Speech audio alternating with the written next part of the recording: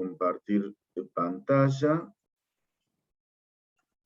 Y la clase de hoy que tenemos prevista es la segunda parte del módulo pelvis tomografía.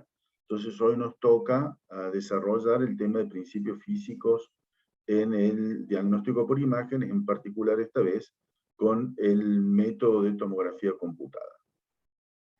El objetivo de esta actividad entonces va a ser presentar esta modalidad de diagnóstico. Vamos a introducirnos en los principios físicos.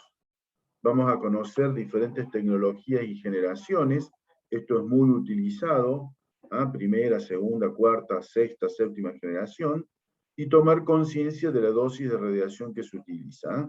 Tener en cuenta que tiene algún efecto, tiene efecto en dosis de radiación.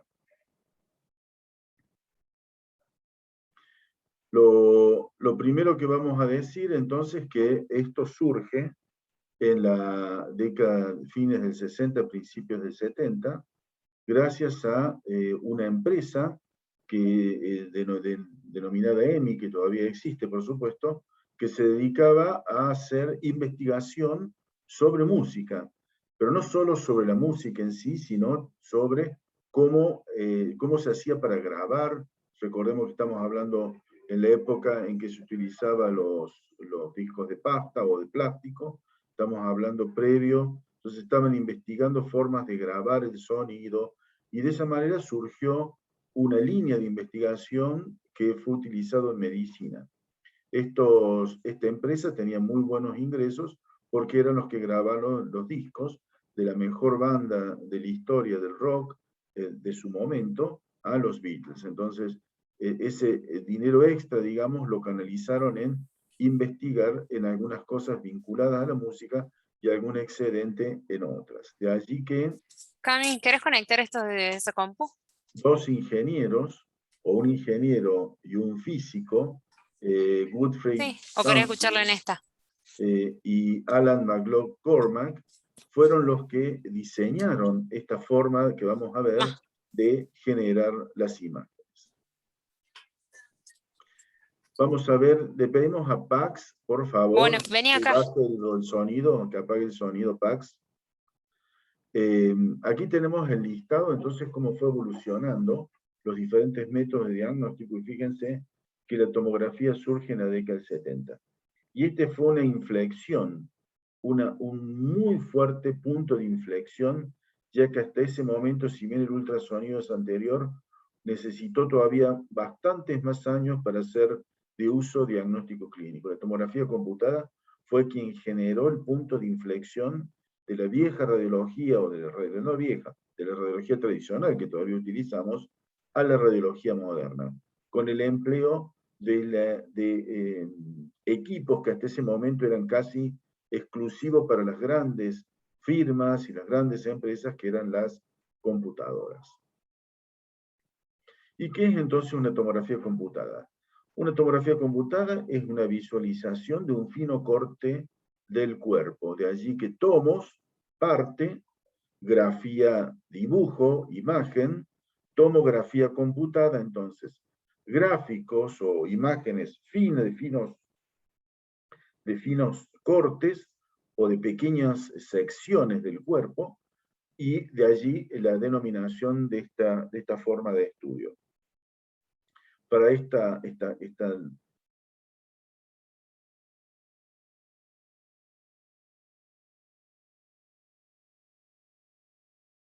Doc, se apagó el micrófono suyo. A ver ahora. Ahí está bien. Perfecto. Necesitó, del empleo de computadoras. Hasta ese momento la tomografía se utilizaba, que era la tomografía lineal, pero los cortes eran relativamente gruesos y, por supuesto, solamente se basaban en las 5 necesidades de la radiología. Bueno, vamos a definir las etapas, entonces, de un equipo de tomografía computada, y estos 3 ítems pueden ser aplicados a prácticamente todo el gran equipamiento en 3 momentos. Un momento donde se hace la recolección de datos, que es donde el paciente se ha expuesto a la energía externa para interactuar. un momento de procesado de datos en el cual la información recogida de la interacción es llevada y procesada por una computadora para generar, digamos, las imágenes. La tercera etapa, la visualización y archivo. Bueno, aquí tenemos el primer tomógrafo, generado en 1971. Este es Hounsfield, de allí el nombre de que vamos a ver las unidades Hounsfield, y únicamente se utilizaba, acá tenemos un esquema de su prototipo, y esto era utilizado solamente para el cráneo. Ya vamos a ver por qué solamente para el cráneo. Este es el prototipo, 1971. Hasta que llegamos a tomógrafos un poco más actualizados, ¿no? Que vemos que es muy similar al prototipo. Es decir, tiene un orificio, tiene un estativo. En este estativo vamos a encontrar el tubo de rayos X y unas piezas denominadas detectores, y el paciente ingresa por el orificio. En el modelo de Hounsfield solamente era para el cráneo. Hoy, por supuesto, lo utilizamos para todo el cuerpo. El conjunto del estativo se denomina gantry, y la mesa es una mesa, por supuesto, que puede desplazarse en forma semiautomática. Esta es la sala de recolección de datos. Como la forma de energía que utilizamos para interactuar con el sujeto y obtener finas láminas del sujeto o tomos del sujeto, del paciente, esta habitación está separada del resto, ya que como utilizamos rayos X, esto necesita una legislación, digamos, cumple una legislación especial que hace que tenga que cumplir ciertos requisitos, como el fundamental es el aislamiento en cuanto a la radiación X. No necesariamente necesita aislamiento sonoro, pero es bueno, pero fundamentalmente, ni de temperatura, pero fundamentalmente lo que sí es obligatorio es el blindaje, digamos, de la sala, debido a que el paciente va a ser sometido a rayos X y solamente el paciente debe estar dentro del sector. Bueno, los tomógrafos se fueron clasificando en generaciones. Vamos a ver que hay varias generaciones. Aquí tenemos la primera y segunda generación. Este es el modelo del prototipo que tenía Hounsfield cuando vimos la foto, en el cual un tubo de rayos X se trasladaba, se deslizaba horizontalmente, y en el lado opuesto un único detector, que era una cámara de ionización de gases, se desplazaba al unísono. Luego esto rotaba. Durante la rotación no se emitía radiación X, de tal manera que formaba el perfil de una tuerca de alrededor de 8 lados. Solamente emitía radiación en el momento que hacía la traslación horizontal. En la segunda generación, muy pronto, a diferencia de un único detector que necesitaba un desplazamiento, y todo eso eran movimientos mecánicos que tardaban tiempo, por supuesto, se avanzó con una línea de detectores, de tal manera que no necesitaba la traslación, digamos, del detector. Entonces el tubo se trasladaba, rotaba, continuaba el perfil de tuercas de 8 lados. La diferencia fundamental estaba en que ya no era un único detector, sino había 2 detectores. Tercera generación, lo que agregó fue una rotación continua con una banda de detectores, una línea de detectores, rotación continua, y los detectores giran al unísono a 180 grados del tubo de rayos X, de tal manera que va detectando todo el tiempo. Y cuarta generación fue que el tubo giraba, pero en vez de haber una única banda de detectores, había una corona de detectores. Bueno, el primer tomógrafo de cuarta generación que ingresa a Córdoba, a nuestra ciudad, fue en el año 1979. Como residentes, varios de los que estamos acá ya como docentes, nos tocó trabajar con este equipo de cuarta generación en la década del 80. Aquí lo tenemos. Vea aquí que fue avanzando. Y haz primario que surge del tubo de rayos X, igual que cuando vimos radiología, avanza, atraviesa parte del sujeto y llega a la corona de detectores, constituye, digamos, lo básico.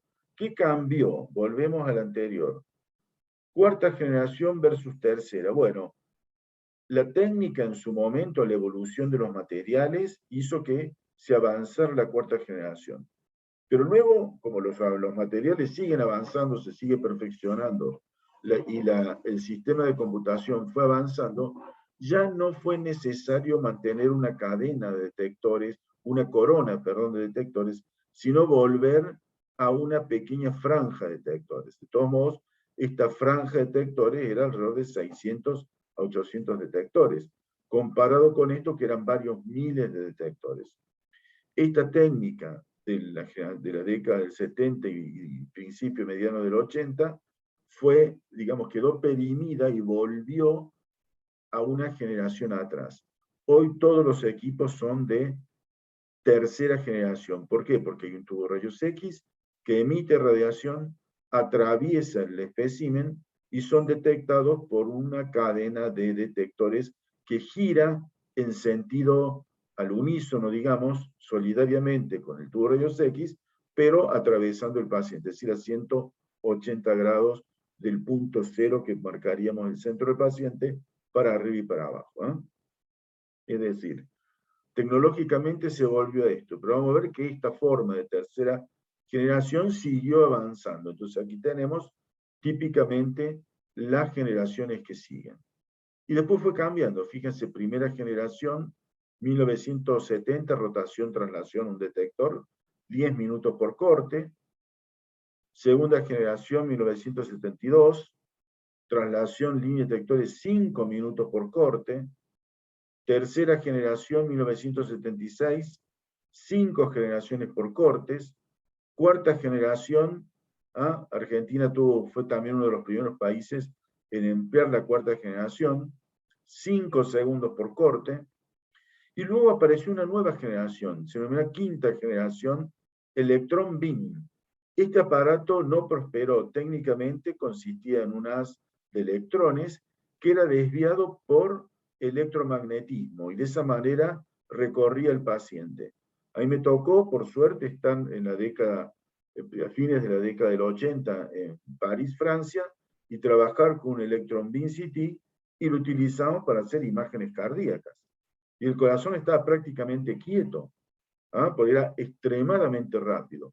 Pero fue una tecnología tan costosa, tan difícil de implementar, que quedó en el abandono.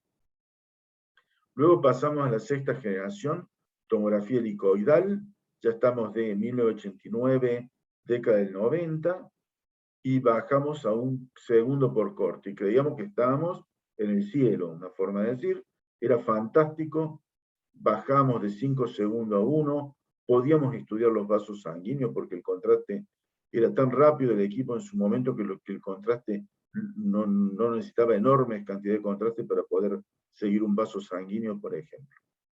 1991, más rápido, va muy rápido, 1991 doble helicoidal, y también los equipos doble helicoidal eran el sumum y realmente era fantástico. Hasta que pasamos a la séptima generación, 1998, con 4 líneas de detectores.